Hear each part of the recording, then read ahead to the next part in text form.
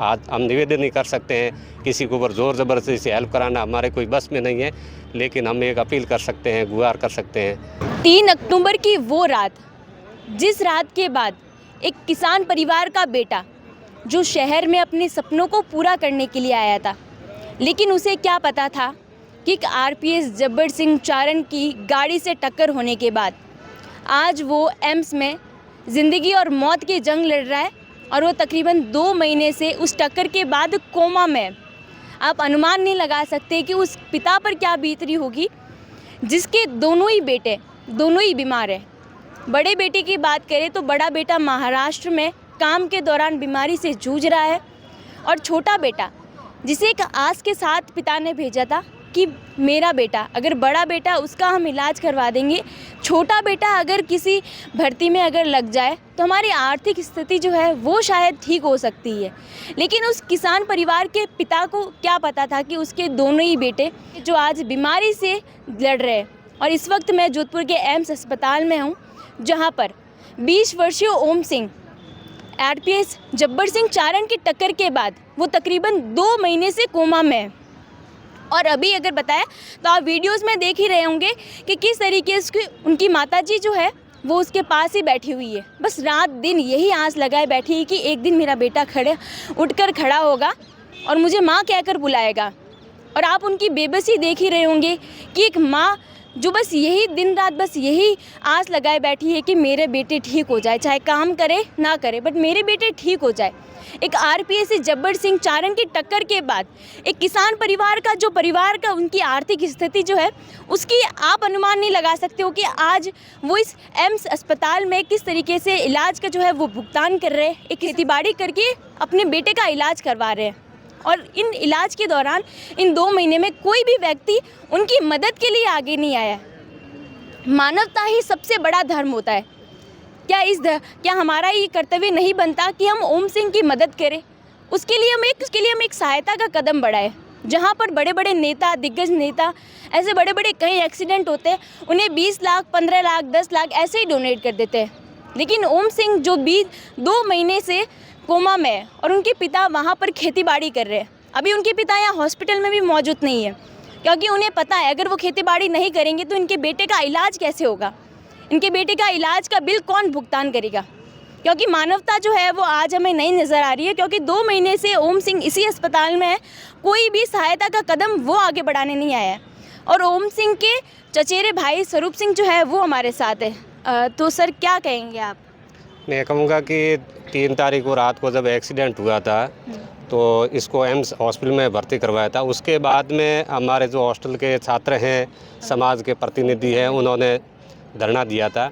तो धरने के बाद में हमारे जो प्रतिनिधि है, नेता है और भी कोई अफसर है, उन्होंने सबने आश्वासन दिया था कि आपका फर्स्ट प्रायोरिटी है कि इस बच्चे का इलाज करवाए।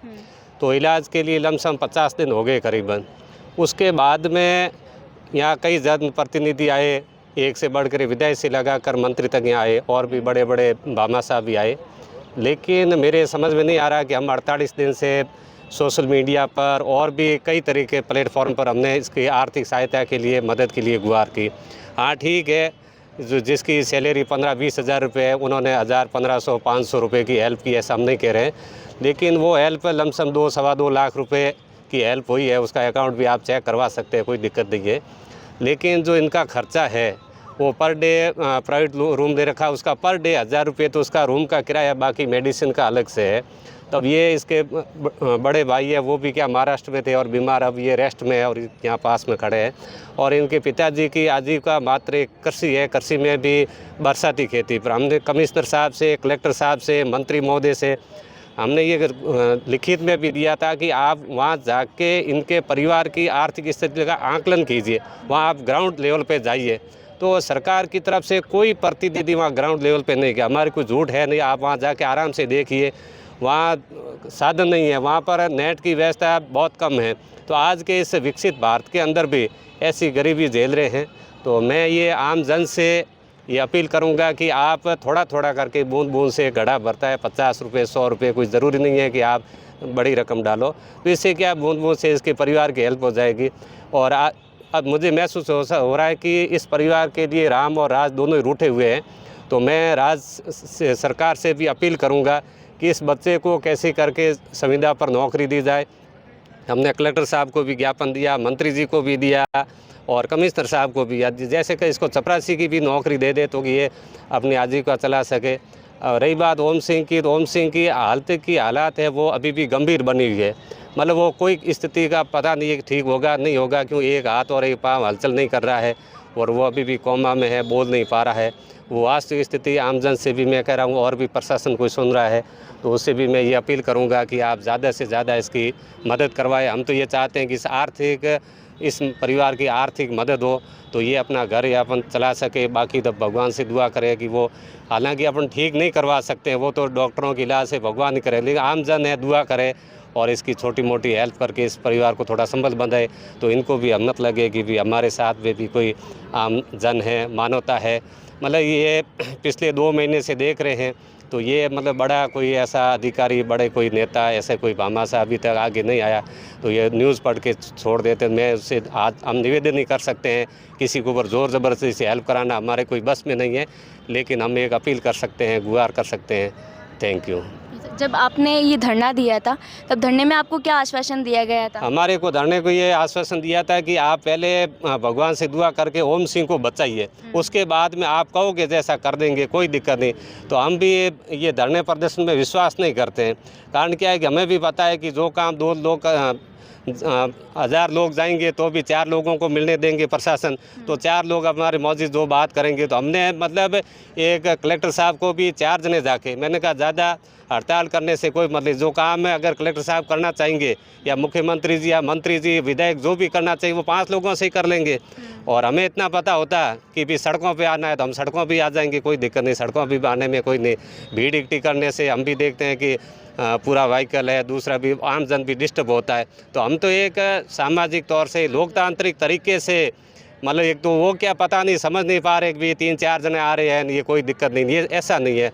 मतलब हमारी बात को उन्होंने गहराई से नहीं समझा, ये चीज़ हमें ये इस बात की पीड़ा है। देखिए हमारे साथ ओम सिंह के भाई जो है वो भी है जी, वो क्या नाम है भैया? राहुल सिंह। अच्छा, तो पहले आप कहाँ काम करते थे? महाराष्ट्र में काम पे गए थे, वहाँ पे बीमार हो गया था, फिर अभी 2 महीने हुए रेस्ट में है और अभी इलाज करवा रहे हैं इनका। अच्छा, जब यहाँ पर आए तब भाई की ऐसी स्थिति हो गई, अब भाई के इलाज में लगे हुए? अभी यहीं लगे हुए हैं, 2 महीने हो गए। तो अब मतलब आपकी ऐसी स्थिति नहीं कि अब आप काम कर सको, और आपके पिताजी जो है वो वहाँ पर खेती बाड़ी कर रहे हैं?